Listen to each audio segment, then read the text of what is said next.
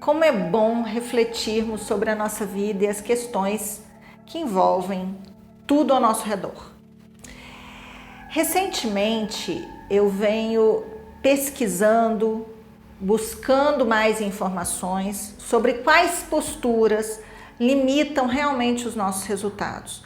Nos impedem de sermos felizes, de sermos alegres, de viver a vida que a gente veio viver aqui. E uma delas, até muito polêmica, é a nossa postura de vítima. Todos nós temos. Todos nós temos essa postura que alimenta de alguma forma o nosso ego. Para que isso, né? A vítima tem vantagens. Quando a gente está nessa postura, a gente é mais visto. Às vezes, algo que a gente não consegue no dia a dia de uma forma clara e transparente, comunicando, a gente consegue quando a gente entra nesse papel de vítima. Mas esse papel também é muito sério. Ele também nos impede de desenvolver e avançar em todas as áreas da nossa vida, de crescer, de evoluir. Aí eu acho que nós chegamos num ponto que realmente precisamos questionar. Quando normalmente que somos vítimas? Quando reclamamos, quando achamos que temos pouco, que a nossa vida não é suficiente, que as coisas não estão boas. Quando a gente faz um charmezinho, entra no drama e não se coloca a serviço da solução, não se coloca à disposição de resolver algo. Quando a gente vê uma questão, vamos falar de uma forma prática, né? Quantas vezes a gente vê um problema, um desafio, uma questão e ao invés de dar um passo diferente, questionar, pensar, sentir uma forma diferente para a solução, a gente entra no drama, na lamentação, na reclamação. A gente joga a culpa no outro, acha que é o outro que tem responsabilidade de resolver aquela questão. E olha, gente, de verdade, tudo tá dentro. O dia que eu entendi que eu só poderia solucionar questões que me angustiam ou que me angustiavam demais, olhando para o meu comportamento, para a minha postura, eu entendi que ali também estava a solução. E que coisa boa, né? Se está comigo o problema, a questão, também está comigo a solução. E isso é maravilhoso, porque imagina se tivesse um problema e a solução estivesse no outro. Em alguém que a gente não muda, que a gente não pode questionar, que tem lá as questões, as demandas dela. Isso é muito legal. Requer, sim, um pouco mais de determinação, de foco, de força, de questionamento, de reflexão para que a gente chegue à solução.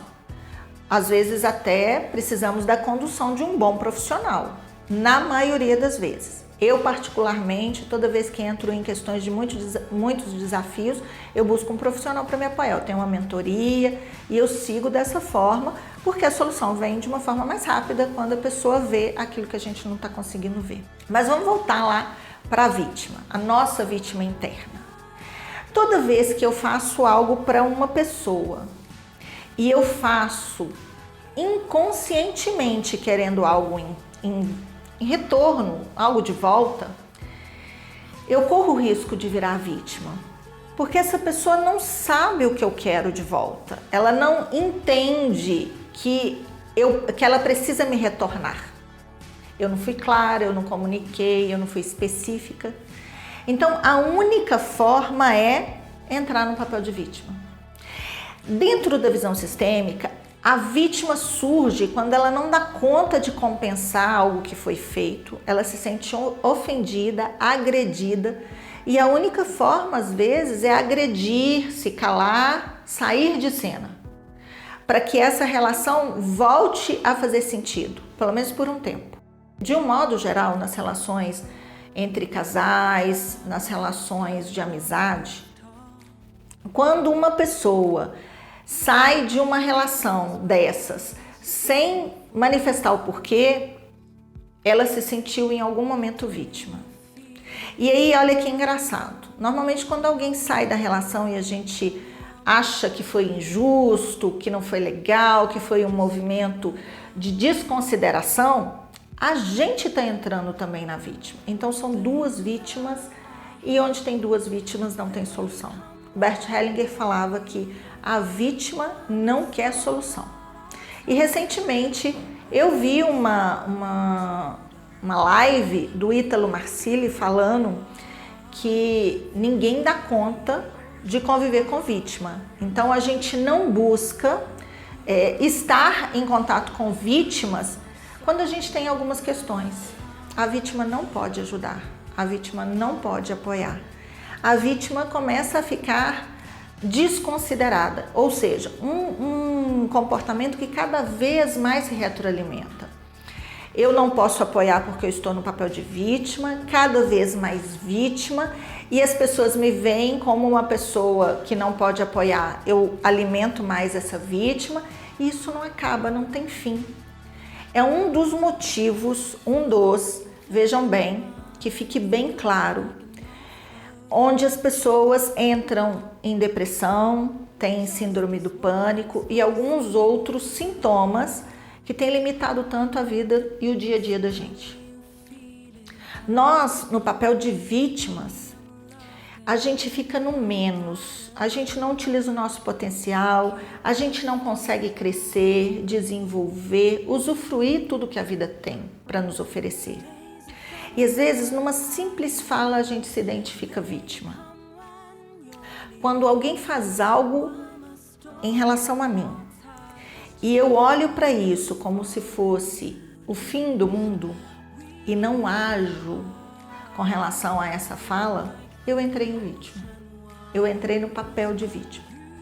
Quando alguém fala de mim ou fala comigo algo que eu não gosto, eu preciso, se eu tenho uma linha de autodesenvolvimento e autoconhecimento, considerar que essa pessoa também está falando dela, que ela também não está tão clara, tão esclarecida quanto aos próprios comportamentos. Eu preciso identificar se aquilo é real, se aquilo é uma verdade, e se é uma verdade, dar um passo em direção à mudança. E não simplesmente entrar na lamentação, na lamúria. Esse comportamento do mais, ele precisa surgir. Uma vítima existe quando existe um agressor ou um algoz dentro da linha da codependência ou um salvador. Alguém que está fazendo demais por essa pessoa, alguém que está entregando demais, alguém que está querendo resolver toda a vida dela e ela não tem a oportunidade, a possibilidade de dar um passo próprio, de dar um passo em direção àquilo que ela quer. Gente, é muito sério isso e é muito importante a gente entender que as pessoas precisam conquistar. Uma coisa que está muito clara para mim nos meus atendimentos é que os jovens, por exemplo, não têm essa oportunidade de conquista. Eu, enquanto mãe, reconheço que muita coisa eu entrego na mão. Muita coisa eu não deixava, né, há um tempo atrás, o meu filho fazer um movimento. E quando ele faz esse movimento, quando eles podem fazer esse movimento, tem o gostinho da conquista, que nós, na nossa geração, tivemos mais. A gente tinha mais essa consciência. Eu comecei a trabalhar com 13 anos de idade. E desde então, eu busquei conquistas.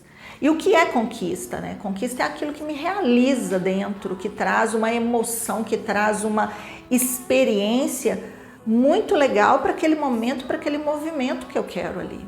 Conquistei o meu primeiro carro, conquistei o meu trabalho, conquistei cargos que eu almejei nas empresas que eu trabalhei, conquistei viagens.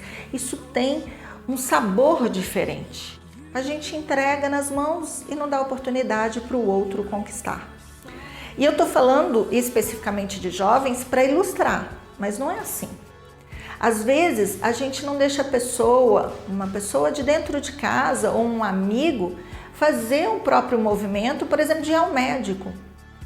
A gente quer ir junto, a gente quer marcar uma consulta, a gente quer antecipar aquilo ali.